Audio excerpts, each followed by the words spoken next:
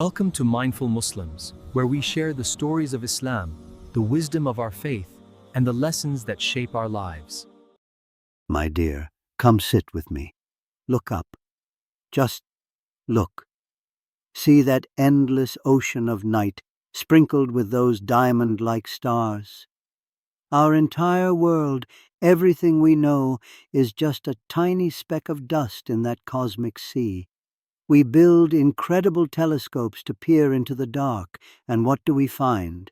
More. Always more.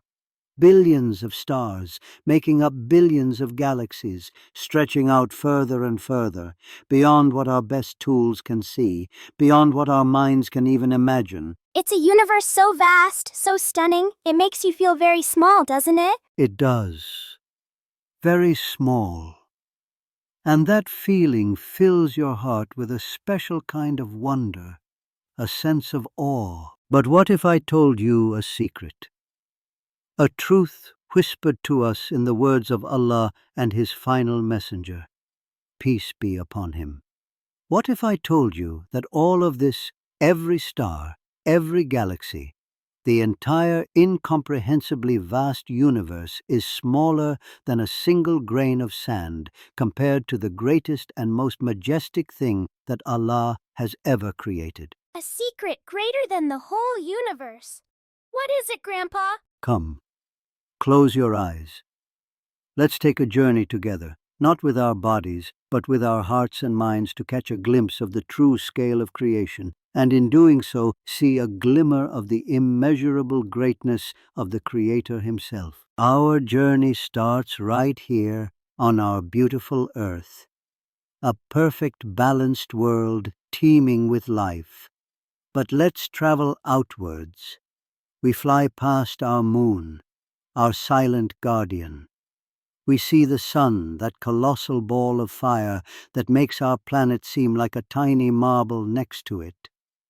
We journey further past the gas giants, Jupiter and Saturn, past the distant icy worlds at the edge of our own solar system. But that's just our neighborhood. Okay, now let's speed things up. We're moving faster than light, watching stars blur into streaks. Our own galaxy, the Milky Way, with its hundreds of billions of stars, now looks like a beautiful swirling spiral from a distance. But we don't stop. We push further into the deep, dark expanse. We see other galaxies, maybe trillions of them clustered together in great cosmic webs, separated by unimaginable voids of emptiness. This is the observable universe, the limit of what our science can see. It is billions of light years across. It's a size that our words simply can't describe. Is that the end of everything? For our eyes and telescopes, yes, but in reality, our journey has just begun. Hold on tight now, because we're about to cross a boundary, the boundary between what is seen and what is unseen. Our prophet, peace be upon him, taught us that this entire vast universe we just traveled through, all of it is contained within the first heaven. The whole universe. All those galaxies are just in the first heaven. The very first level, and beyond it, there's a second heaven, and a third and a fourth, all the way up to 7. Each heaven is incomprehensibly larger than the one below it. The prophet, peace be upon him, gave us a way to picture this. He said that the first heaven compared to the second heaven is like a small ring or a metal loop thrown into the middle of a vast empty desert. A tiny ring lost in the endless sands of a great desert. That ring is our whole universe, and the desert is the second heaven. Exactly. Now imagine this again. The second heaven, as vast as that desert is itself just another tiny ring compared to the third heaven. And the third is but a ring compared to the fourth, and so on, until we reach the magnificent 7th heaven. It's dizzying. Our minds, which struggle just to picture the size of our own planet, simply aren't built to grasp this reality. And our journey isn't over yet. We've reached the seventh heaven, but above this lies something even more staggering. This is where we encounter Allah's kursi. The word is often translated as his footstool. It's mentioned in the single greatest verse of the Quran, Ayatul Kursi, where Allah tells us, His kursi extends over the heavens and the earth. So the kursi is even bigger than all 7 heavens. Immeasurably so. To give us another picture, the Prophet, peace be upon him, gave us another breathtaking comparison. He said that all 7 heavens in comparison to the kursi are like a ring thrown into a desert.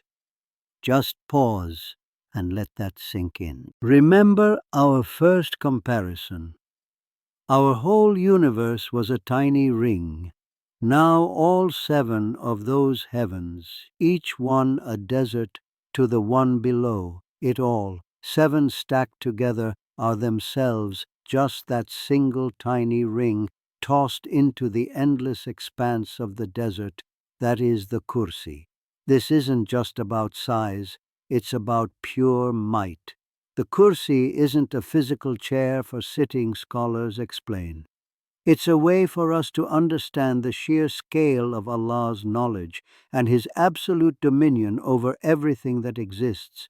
His authority and power encompass everything, and the kursi is a physical sign of that truth. You might be thinking, surely this is the end. What could possibly be greater than the kursi, which makes all of creation seem like a speck? But even this pales in comparison to what lies beyond. Beyond the kursi lies the single greatest and most magnificent of all creations, the pinnacle of all that has been made, the arsh, the throne of Allah. The throne. It's bigger than everything else we've talked about. So much bigger that we use the same comparison one last time. The Prophet, peace be upon him, completes the analogy for us. He is reported to have said that the greatness of the arsh over the kursi is like the greatness of that desert over that tiny ring. Let's retrace our steps. Our universe is a ring.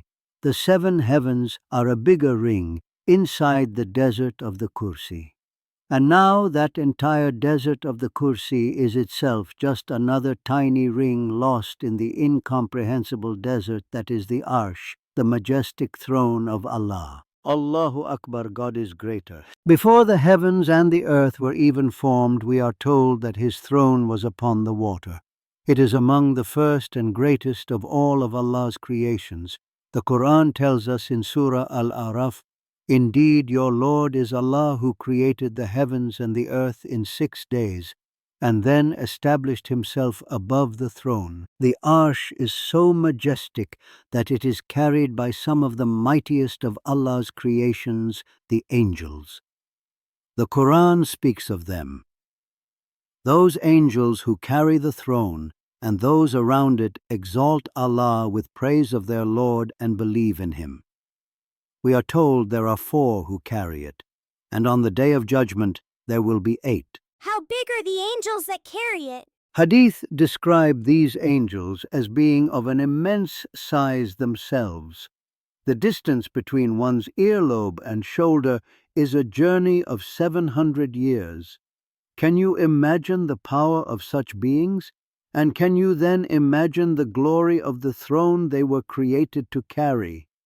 Now it's so important to understand, my dear, that the throne isn't a place where Allah sits or lives. Allah is not confined by space or time. He created them. He is completely beyond anything in His creation. As scholars explain, the arsh is the ultimate symbol of His power and sovereignty.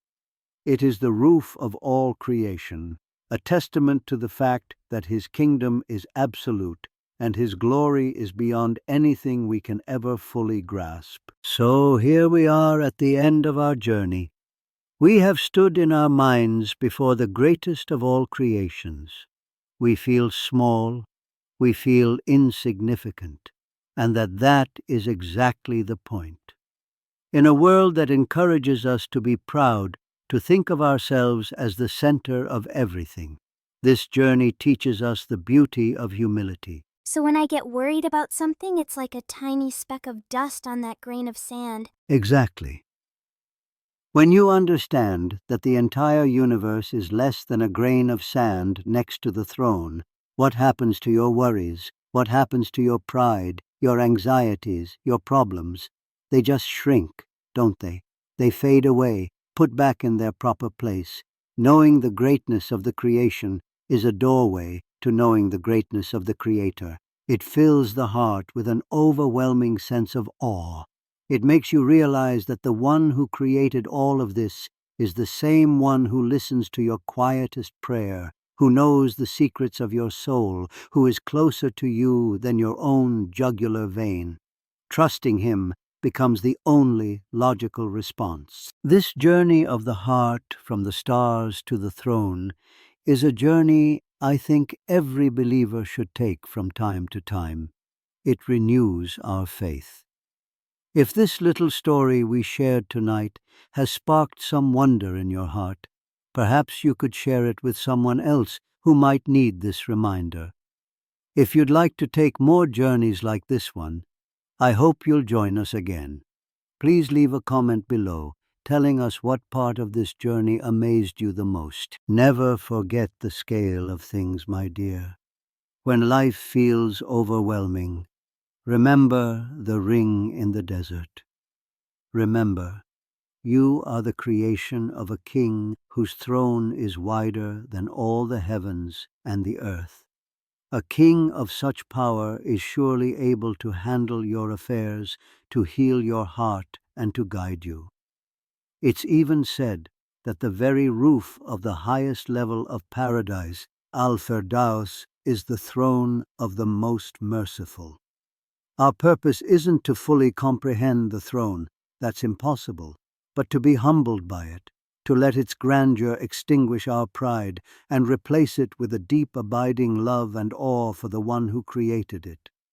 Let's end with a prayer from our hearts.